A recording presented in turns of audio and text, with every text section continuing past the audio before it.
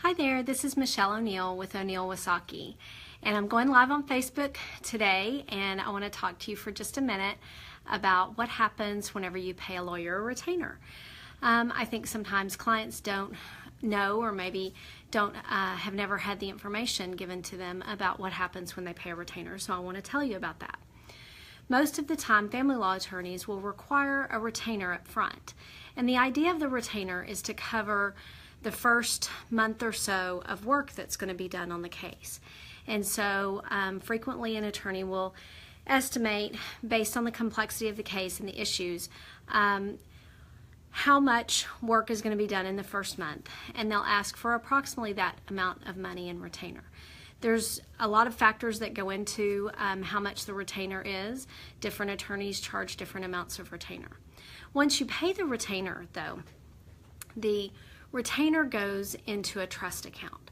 And so the State Bar of Texas requires that attorneys maintain a trust account that holds clients' funds that aren't earned. So we are prohibited from mixing money that's given to us that isn't earned yet with our own law firm's money. So that money can't go into our regular bank account. So we all have to have a trust account that holds those retainer funds. And then as the attorney bills, usually in family law cases we bill hourly, but some attorneys have other methods of billing, and those trust funds are then earned, then the money from the trust account can be transferred into the attorney's operating account. Usually a very detailed bill should be sent prior to those funds being transferred.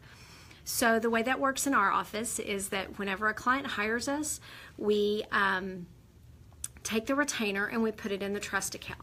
In the trust account, we have accounting for all of the funds that we have on deposit.